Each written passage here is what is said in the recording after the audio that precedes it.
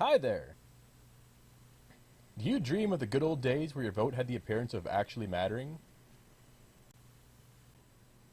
Do you yearn for the time where what was best for the country was decided through legitimate discussions amongst individuals of solid character and vision? Do you believe that the fate of the only country on the planet that was found on the concept of individual liberty should be determined by the people instead of a select few who are fully intent on enslaving them? You can call me Damian James, and I'm here to tell you that you're shit out of luck. It ain't happening in the country known as the U.S. of A. If you want proof of this, all you have to do is look at this year's presidential primaries.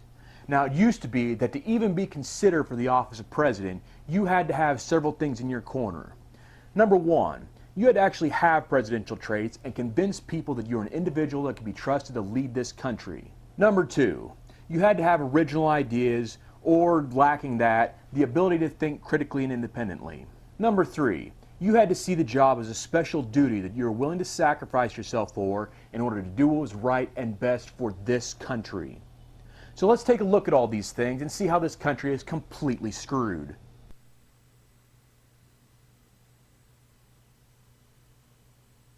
Now, a lot of people have a lot of ideas on what makes a president, with a lot of those ideas being childish or stupid. I'm not here to discuss or even entertain those. I'm here to discuss those traits that the majority of people kind of require in their president, or at least those that I feel are most relevant. First off, a president needs to have a strong moral compass and character. As president, you are the standard bearer for the moral authority of this country. And without a moral code to support that authority, the rest of the world will see our actions as being incoherent, immoral, insane, or completely dangerous to everyone involved. Also, a strong moral compass offers us direction to a path to the future. Lacking a moral compass means that this country will find no such path. And as America goes, so goes the rest of the world. Or at least that's how it used to be. Whatever.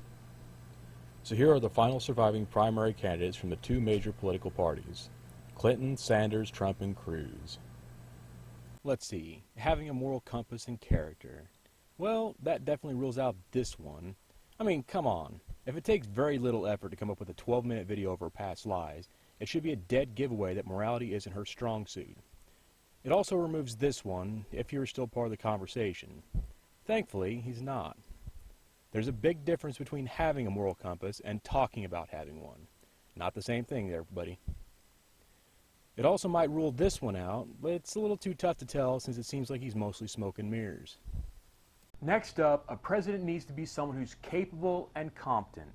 In other words, you're going to look at someone who has a track record of taking a job or a position and making the most out of it. They're going to address the failures of the past office holder. They're going to make the position more effective in handling the current responsibilities. They're going to work with those who are best at what they do instead of doling out positions based on political cronyism. You can't afford to be incompetent in the most powerful public office in the world. You can't afford to have incompetence working underneath you, supporting your policies and decisions. That's how never-ending wars start, and millions suffer the consequences. So let's look at who's competent and who's not. This one has a strong track record of either outright cronyism, or of taking charge of a position and either not improving the office, or of engaging in downright criminal incompetence while on the job. Even worse, she's had a 30-year career in assorted public offices and still claims not to know how all this works, and seems shocked that her actions weren't within prescribed guidelines. Bullshit. She knows better, and those of you who believe this pack of lies are completely insane. Fool me once, shame on you. Fool me continuously for 30 years. Don't worry, I'll vote for you because I'm gullible and stupid. This one, I'm not sure whether he's incompetent or just a pompous, self-indulgent political crybaby. You can't seriously claim to want to eliminate the national debt by solely attacking welfare recipients who account for less than 1% of government spending, without attacking our bloated military budget or raising taxes on the only people who have benefited from corrupt governance and a lopsided tax code. We'll cover that later. Now, a lot of people will say that he hasn't gotten any of his bills passed in Congress, so clearly he's an incompetent troll. Oddly enough, those same people don't actually read his bills and also complain about government being full of incompetent blood-sucking vampires who are bleeding America dry, which is what the majority of his proposed bills have tried to impede. If an upstanding individual gets voted into a group of morally bankrupt cretins, it's not going to be surprised they get nothing done while in their company. With this guy, say what you want, he's had failure in his life, but it hasn't kept him down. At the end of the day, he's still wildly successful at almost everything he does. Love him, hate him, that still counts for something. Next, a president is someone who has a willingness and experience fighting the good fight. And I do mean that in all definitions that apply to fighting, including the physical. Sorry, but if you remove physical violence from your toolbox of how to survive in this world, you won't be a leader of anything for very long. For those who will resort to violence will destroy you in short order.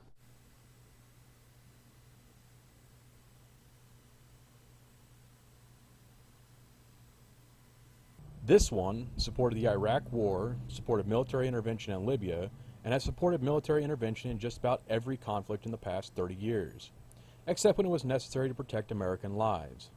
And let's not forget, she fights a good fight only until it becomes politically expedient for her to switch sides to maintain political power. This one sells the services to anyone who's willing to pay him top dollar or will politically fight for whatever will get him the most media attention. It's not about fighting a good fight, it's about what will get him what he needs. These two, again, not quite sure. They're both fighting the fairly lopsided media, and they're both universally reviled in the political sphere for calling both groups out on their bullshit. Will it translate to the White House? Who knows? And while I said that Sanders has fought the good fight in the past, he then pushed out completely and supported the one candidate who has proven that she's unwilling to really address the needs of this country. And that's just despicable. Coward. A president is someone who puts all American lives and livelihoods first, after a strong fundamental morality. As president, you are responsible for the lives of everyone on this soil and all the lives of those who represent America abroad. That means you are responsible for not only those who will line your pockets or your foundation's coffers with money and influence, you're also responsible for those who will never be able to do so.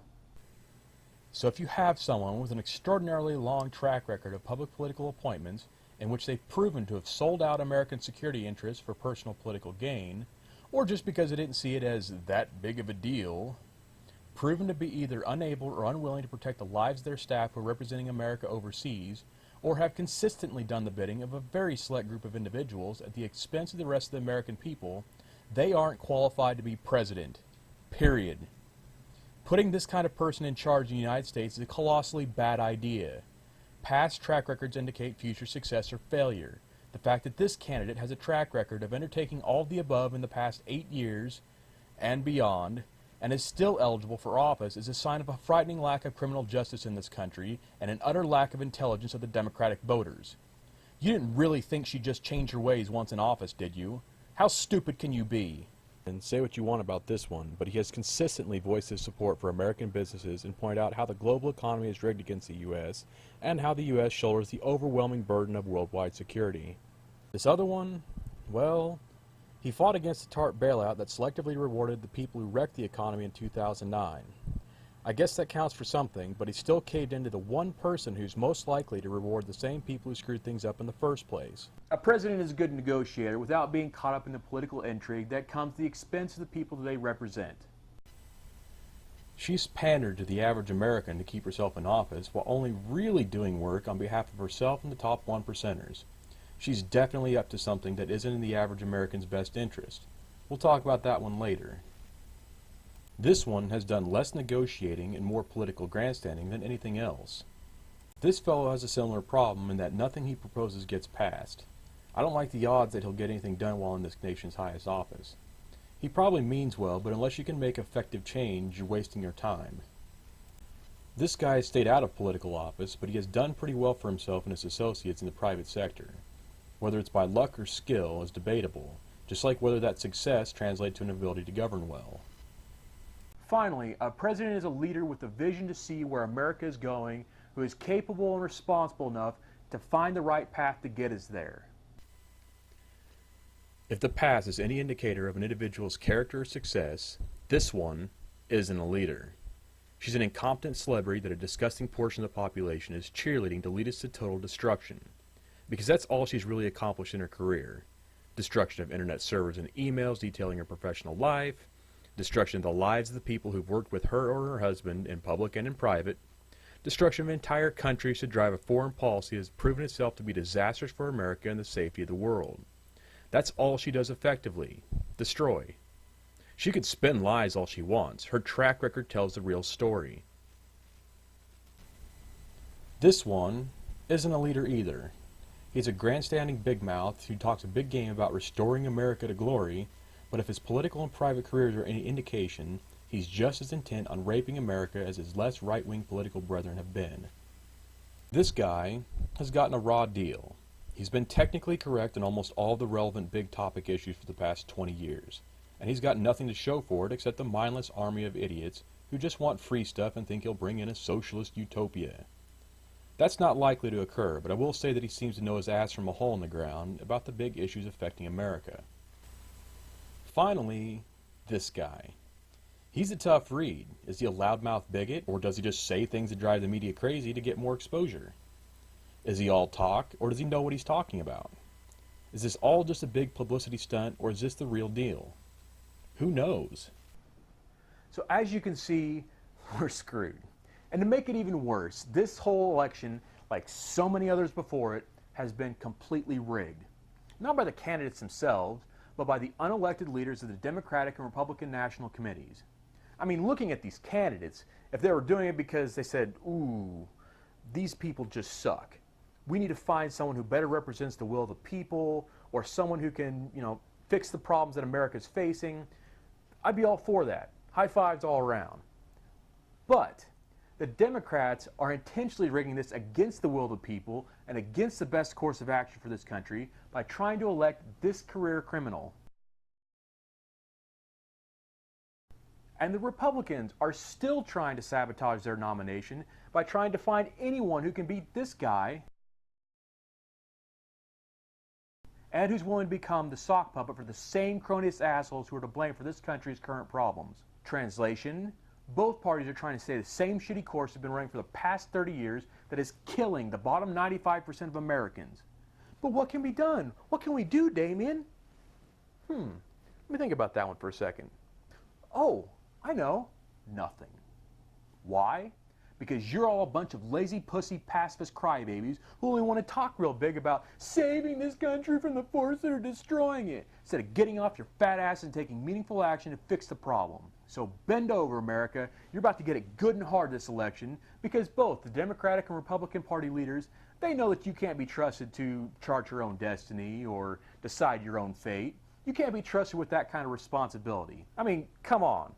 You're the ones who were elected the representatives who got us in this mess in the first place. How smart can you be?